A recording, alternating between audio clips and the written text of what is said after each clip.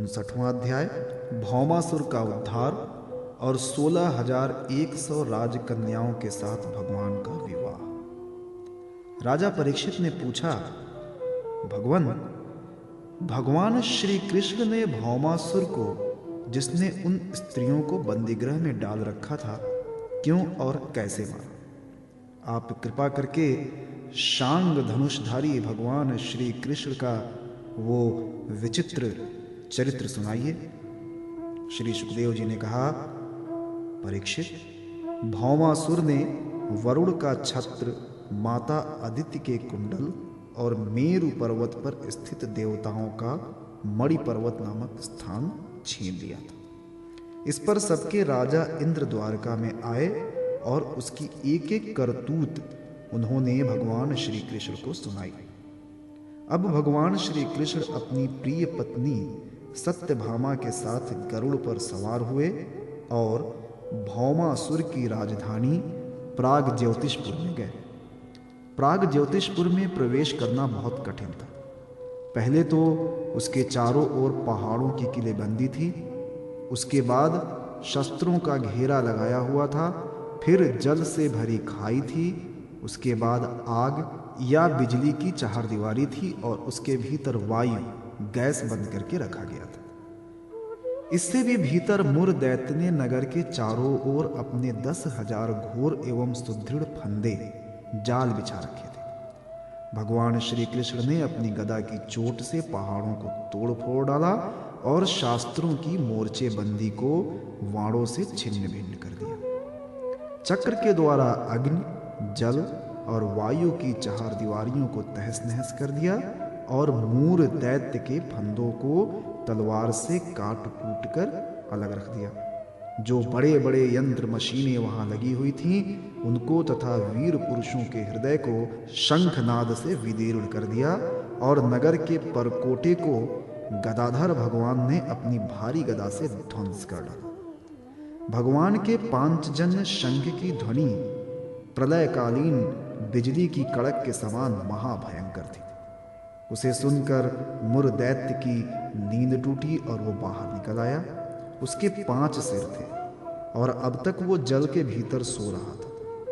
वो दैत्य प्रलयकालीन सूर्य और अग्नि के समान प्रचंड तेजस्वी था।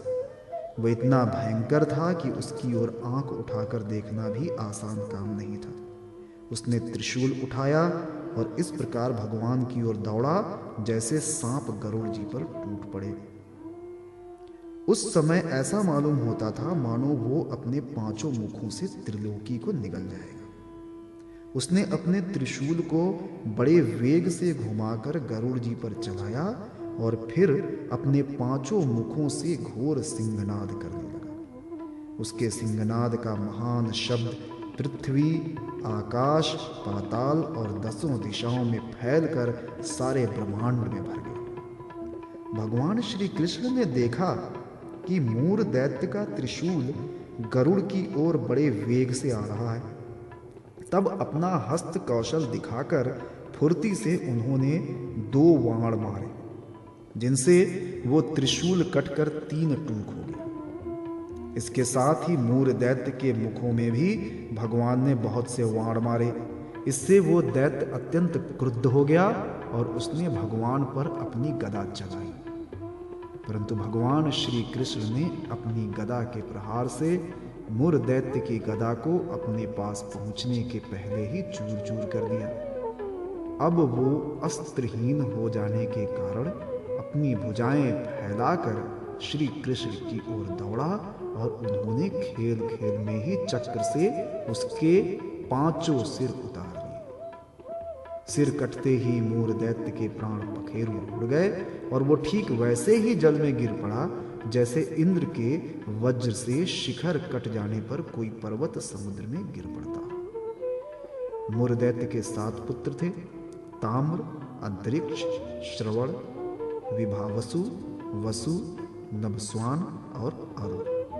ये अपने पिता की मृत्यु से अत्यंत शोकाकुल हो उठे और फिर बदला लेने के लिए क्रोध से भरकर शस्त्रास्त्र से सुसज्जित हो गए तथा पीठ नामक दैत्य को अपना सेनापति बनाकर भौमासुर के आदेश से श्री कृष्ण पर चढ़ गए। वे वहां आकर बड़े क्रोध से भगवान श्री कृष्ण पर वाण, खड्ग, गदा, शक्ति, रिष्टि और त्रिशूल आदि प्रचंड शस्त्रों की वर्षा करने लगे।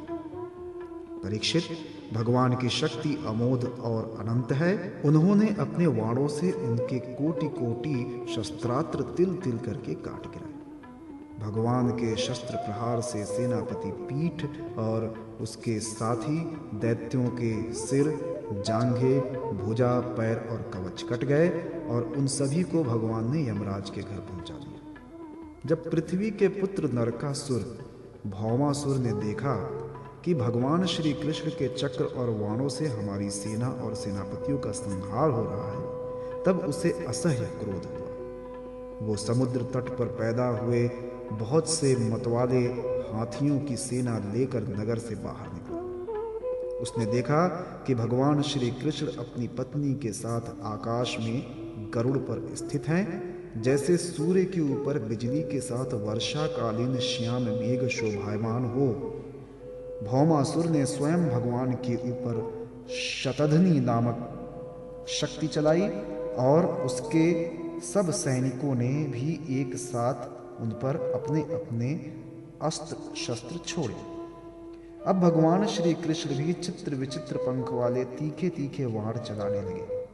इससे उसी समय भौमासुर के सैनिकों की भुजाएं, जांघें, गर्दन और धड़ कट कट कर गिरने लगे।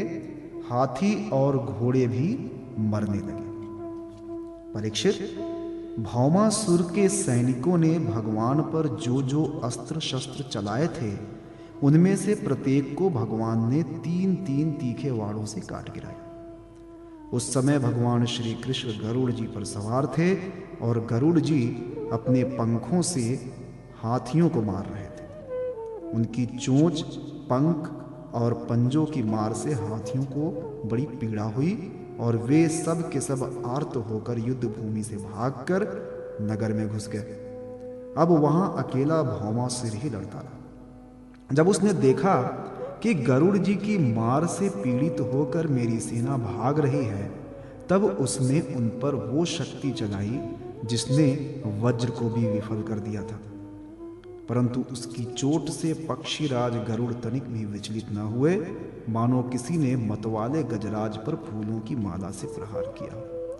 अब भौमासुर ने देखा कि मेरी एक भी चाल नहीं चलती, सारे उद्योग विफल होते जा रहे हैं। तब उसने श्री कृष्ण को मार डालने के लिए एक त्रिशूल उठाया, परंतु उसे अभी वो छोड़ भी ना पाया था कि भगवान श्री कृष्ण ने छुरे के समान तीखी धार वाले चक्र से हाथी पर बैठे हुए भौमासुर का सिर काट डाला। उसका जगमगाता हुआ सिर कुंडल और सुंदर किरीट के सहित पृथ्वी पर गिर पड़ा।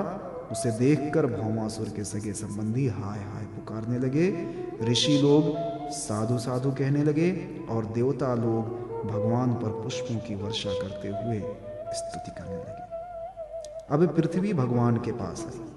उसने भगवान श्री कृष्ण के गले में वैजयंती के साथ वनमाला पहना दी और अदिति माता के जगमगाते हुए कुंडल, जो तपाए हुए सोने के एवं रत्न जटित थे, भगवान को दे दिए तथा वरुण का छत्र और साथ ही एक महामणि भी उनको दी।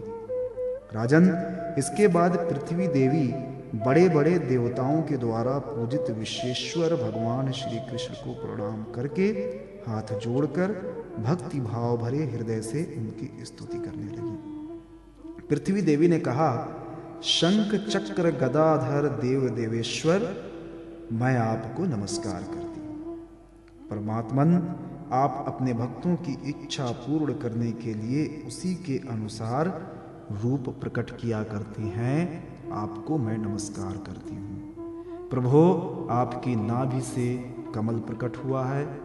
आप कमल की माला पहनते हैं। आपके नेत्र कमल से खिले हुए एवं शांतिदायक हैं। आपके चरण कमल के समान सुकुमार और भक्तों के हृदय को शीतल करने वाले हैं। आपको मैं बार बार नमस्कार करती हूँ। आप समग्र ऐश्वर्य, धर्म, यश, संपत्ति, ज्ञान और वैराग्य के आश्रय हैं। आप सर्वव्यापक होने पर भी स्वयं वसुदेव नंदन के रूप में प्रकट हैं। मैं आपको नमस्कार करती हूँ। आप ही पुरुष हैं और समस्त कारणों के भी परम कारण हैं। आप स्वयं पूर्ण ज्ञान स्वरूप हैं। मैं आपको नमस्कार करती हूँ। आप स्वयं तो हैं जन्म रहित, परंतु इस जगत के जन्मदाता आप ही हैं। आप ही अनंत शक्तियों के आश्रय ब्रह्म हैं। जगत का जो कुछ भी कार्य कारण में रूप है, जितने भी प्राणी या अप्राणी हैं, सब आपके ही स्वरूप हैं। परमात्मन, आपके चरणों में मेरे बार बार नमस्कार। प्रभु, जब आप जगत की रचना करना चाहते हैं तब उत्कट रजोगुण को, और जब इसका प्रलय करना चाहते हैं तब तमोगुण को, और जब इसका पालन करना चाहते हैं तब सत्वगुण को स्वीकार करते हैं। परंतु ये सब करने पर भी आप इन गुणों से ढकते नहीं, लिप्त नहीं होते। जगतपते, आप स्वयं ही प्रकृति, पुरुष और दोनों के संयोग वियोग के हेतु काल हैं तथा उन तीनों से परे भी हैं। भगवान, मैं पृथ्वी, जल, अग्नि, वायु, आकाश, पंचतन मात्राएं, मन, इंद्रिय और इनके अधिष्ठात्र देवता, अहंकार और महत्व कहाँ तक कहूँ? ये संपूर्ण चराचर जगत आपके अद्वितीय स्वरूप में भ्रम के कारण ही पृथक प्रतीत हो रहा है। शरणागत भय भज्जन प्रभो, मेरे पुत्र भौमासुर का ये पुत्र भगदत्त अत्यंत भयभीत हो रहा है। मैं इसे आपके चरण कमलों की शरण में ले आई हूँ। प्रभु, आप इसकी रक्षा कीजिए और इसके सिर पर अपना वो कर कमल रखिए जो सारे जगत के समस्त पाप तापों को नष्ट करने वाला है। श्री सुखदेव जी कहते हैं, परीक्षित, जब पृथ्वी ने भक्ति भाव से विनम्र होकर इस प्रकार भगवान श्री कृष्ण की स्तुति प्रार्थना की, तब उन्होंने भगदत्त को अभय दान दिया और भौमासुर के समस्त संपत्तियों से संपन्न महल में प्रवेश किया। वहां जाकर भगवान ने देखा कि भौमासुर ने बलपूर्वक राजाओं से 16,000 राजकुमारियां छीनकर अपने यहाँ रख छोड़ी थी। जब उन राजकुमारियों ने अंतःपुर में पधारे हुए नर श्रेष्ठ भगवान श्री कृष्ण को देखा, तब वे मोहित हो गईं और उन्होंने उनकी अहेतुकी कृपा तथा अपना सौभाग्य समझकर मन ही मन भगवान को अपने परम प्रियतम पति के रूप में वर्ण कर लिया। उन राजकुमारियों में से प्रत्येक ने अलग अलग अपने मन में ये निश्चय किया कि ये श्री कृष्ण ही मेरे पति हों और विधाता मेरी इस अभिलाषा को पूर्ण करें। इस प्रकार उन्होंने प्रेम भाव से अपना हृदय भगवान के प्रति निछावर कर दिया। तब भगवान श्री कृष्ण ने उन राजकुमारियों को सुंदर सुंदर निर्मल वस्त्राभूषण पहनाकर पालकियों से द्वारका भेज दिया और उनके साथ ही बहुत से खजाने, रथ, घोड़े तथा अतुल संपत्ति भी भेजी। एरावत के वंश में उत्पन्न हुए अत्यंत वेगवान 4-4 दांतों वाले सफेद रंग के 64 हाथी भी भगवान ने वहां से द्वारका भेजे। इसके बाद भगवान श्री कृष्ण अमरावती में स्थित देवराज इंद्र के महलों में गए। वहां देवराज इंद्र ने अपनी पत्नी इंद्राणी के साथ सत्यभामा जी और भगवान श्री कृष्ण की पूजा की। तब भगवान ने अदिति के कुंडल उन्हें दे दिए। वहां से लौटते समय सत्यभामा जी की प्रेरणा से भगवान श्री कृष्ण ने कल्प वृक्ष उखाड़कर गरुड़ पर रख लिया और देवराज इंद्र तथा समस्त देवताओं को जीतकर उसे द्वारका में ले आए। भगवान ने उसे सत्यभामा के महल के बगीचे में लगा दिया। इससे उस बगीचे की शोभा अत्यंत बढ़ गई। कल्प वृक्ष के साथ उसके गंध और मकरंद की लोभी भौरें स्वर्ग से द्वारका में चले आए थे। परीक्षित, देखो तो सही, जब इंद्र को अपना काम बनाना था तब तो उन्होंने अपना सिर झुकाकर मुकुट की नोक से भगवान श्री कृष्ण के चरणों का स्पर्श करके उनसे सहायता की भिक्षा मांगी थी। परंतु जब काम बन गया तब उन्होंने उन्हीं भगवान श्री कृष्ण से लड़ाई ठान ली। सचमुच ये देवता भी बड़े तमोगुणी हैं। ये सबसे बड़ा दोष तो उनमें धनाढ्यता का है। धिक्कार है ऐसी धनाढ्यता को। तदनंतर भगवान श्री कृष्ण ने एक ही मुहूर्त में अलग अलग भवनों में अलग अलग रूप धारण करके एक ही साथ सब राजकुमारियों का शास्त्रोक्त विधि से पाणी ग्रहण किया। सर्वशक्तिमान अविनाशी भगवान के लिए इसमें आश्चर्य की कौन सी बात है?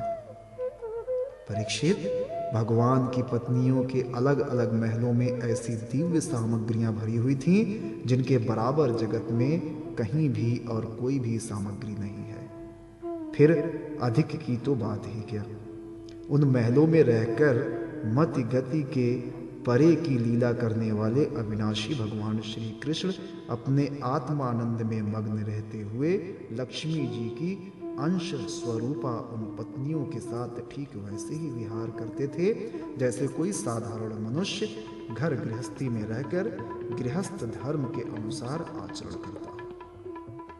परीक्षित, ब्रह्मा आदि बड़े बड़े देवता भी भगवान के वास्तविक स्वरूप को और उनकी प्राप्ति के मार्ग को नहीं जानते।